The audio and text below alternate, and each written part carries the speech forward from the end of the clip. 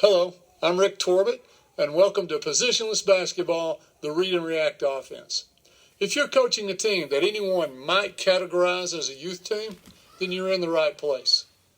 The three other videos on this page, the big picture, how positionless basketball is engineered, and getting started, are the same videos that set the table for the full version of the Read and React. So let me tell you in this intro what's different about the youth version. The first four layers, or basketball actions, that you'll be viewing are the same layers containing the same information and scoring opportunities as the full-blown version of the Read and React. The players demonstrating are youth, high school, and college. Don't worry about that. The first four layers and the full court actions like breaking the press are taught the same regardless of what level you're coaching. However, when you get past the foundation, these layers and their titles will change to only the screening actions that might apply to some youth teams. Not all, but some. Also, be aware that some of the scoring opportunities that are shown might not apply to youth teams. Now, most of them will, but you'll have to judge some of them based on the skill level. There is one video in the menu that you might want to watch out of order. It's called Add This Screen After Layer 1, so that you don't miss it. Now, it's your choice whether you do it or not, but you might want to watch it right after you finish watching Layer 1 and then decide. If you don't, no big deal, you can always add it later. You'll find that each video not only explains the offense, but also how to teach it. Also, each layer and the actions contained in them will afford you an opportunity to teach some aspect of player development. It's almost impossible not to do it. And last but not least, the Read and React has a fun dynamic to it that you and your players will soon discover. And that's what drew us all into the game in the first place. You have a chance with this positionless system to kindle or maybe rekindle the enjoyment of the game for all of your players. Well, good luck, and let's get started with the big picture.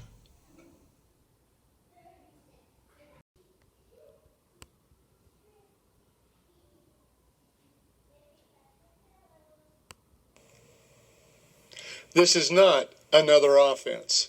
This is how to play basketball. This is not an embellishment of one aspect of the game. All aspects of the game are here. This is not a loose connection of principles, but it contains all the fundamental principles of basketball. This is how 5 players play basketball without plays and without positions. With that in mind, my first goal is to make this as simple to understand and therefore to teach as possible. And that's why I've restructured the Read and React in terms of positionless basketball. In the future, if we find a simpler, quicker, or better way to teach it, we'll redo it again, because the goal is to equip you to master this method. The first step in this process is to wrap your head around the whole thing. Here's a quick look at the big picture. The first section, called The Foundation, Read, the Leader, and React, is all about teamwork, how to tie all 5 players together regardless of what happens. The next section is called Screening, how screens fit seamlessly into the teamwork. Another way to look at these two sections is the first half develops decisions with the ball, and the second half develops decisions without the ball. There are a couple of exceptions and additions, but this is the big picture. In the end, we'll blend it all into full court, transition, breaking presses, etc. Well, that's the big picture. That's where we're headed. Now go to step 2, how positionless basketball is engineered.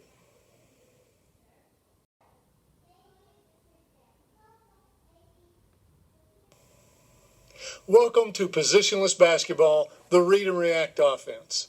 I'm grateful to the person who coined the phrase positionless basketball, because in doing so, Read and React gained a tagline and a definition all at the same time.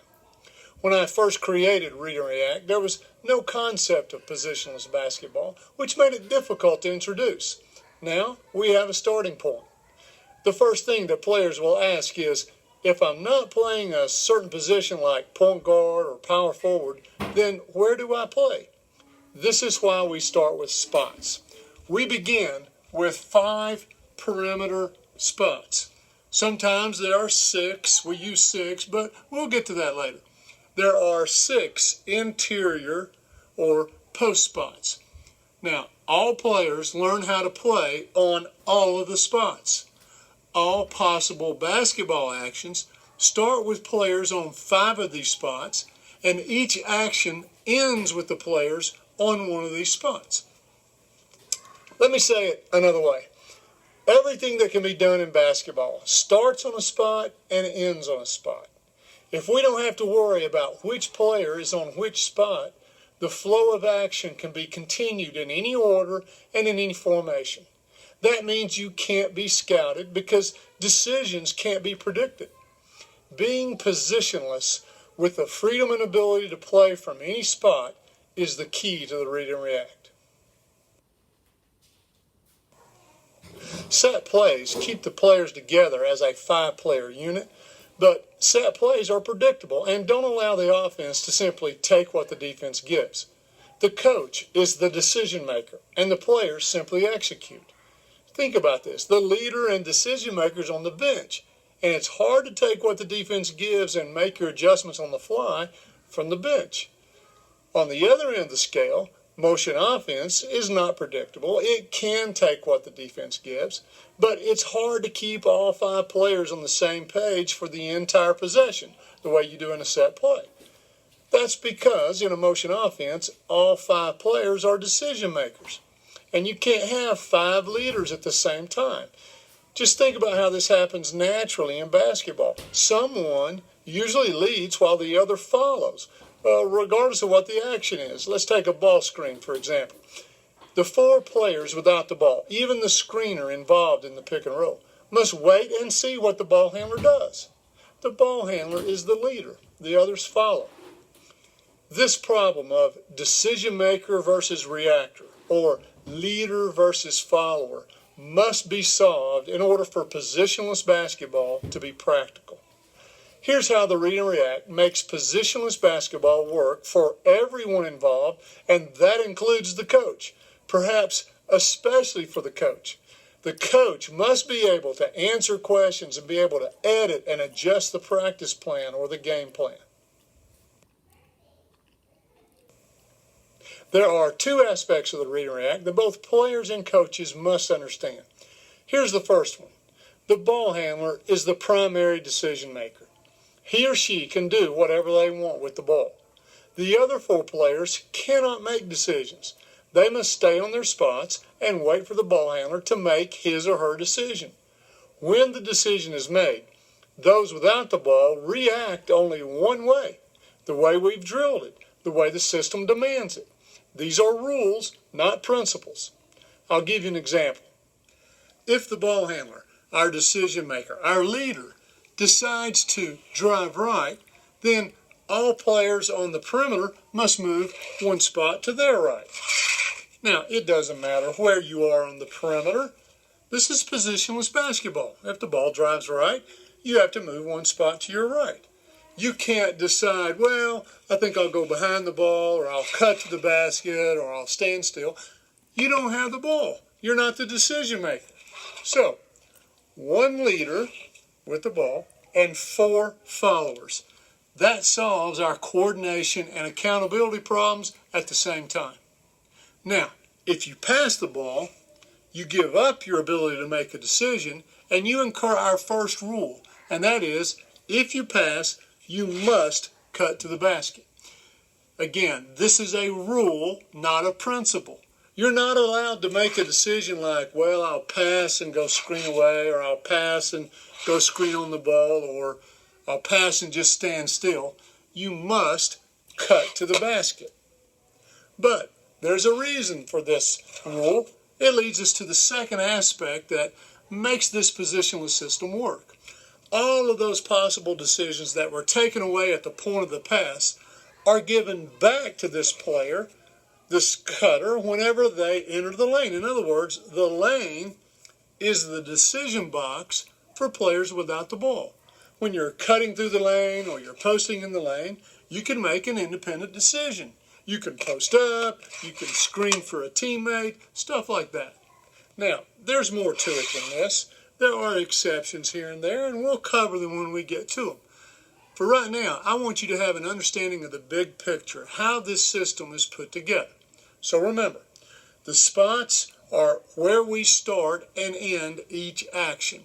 They guarantee the space we need, and they hold everyone accountable to where they should be at any given time. Number 2, the ball handler is the primary decision maker who trumps everyone else. When he or she makes a decision, everyone else must react with the correct movement. And number 3, the lane is the decision box for players without the ball. One word of caution as you go through this system. This system is designed to teach, create, and take advantage of every possible basketball action that exists. But how much your team needs, how far your team goes in this system, will be based on their stage in the game. From that standpoint, we have some guides that can help. We base them on age, hoping that would be close to their stage of development, but ultimately you'll have to decide because only you know the defensive level of your opponents and the skill level of your team. All right, let's get started with the foundation.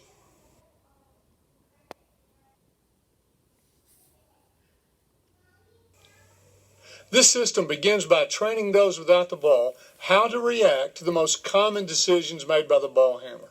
Although there are 1,000 moves and 1,000 clever ways to fake the defense, the end result is the ball handler doing one of 4 things with the ball. They can pass it east-west. Now, when I say east-west, I mean outside the arc like this. They could pass the ball north-south. So north-south, I mean from anywhere, you're passing it toward the goal. Someone is here, passing it toward the goal, that would be north-south.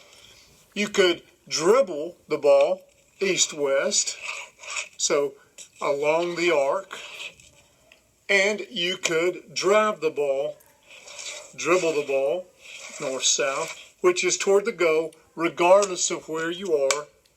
That would be a north-south drive. Those 4 actions comprise the foundation of positionless basketball, and they tie our team together as a 5-player unit. After these 4, we'll get into screening actions and everything else that players and teams can do. In other words, piece by piece, layer by layer, decision by decision, we'll give your players, your team, the complete offensive side of basketball. Here's the teaching format. The first thing I'll show in every chapter is the first thing to teach, the big picture. I'll show 5 players tying this particular action together. You'll see a note in the margin that says team action. The scoring opportunities created by this team action will follow, and you'll see a similar note in your margin. So, it's big picture followed by scoring opportunities. How this works out with the team, followed by the details. And I'll try to do it all in a practice format. Let's jump into the first decision, the first layer, the first basketball action, passing to a teammate on the perimeter.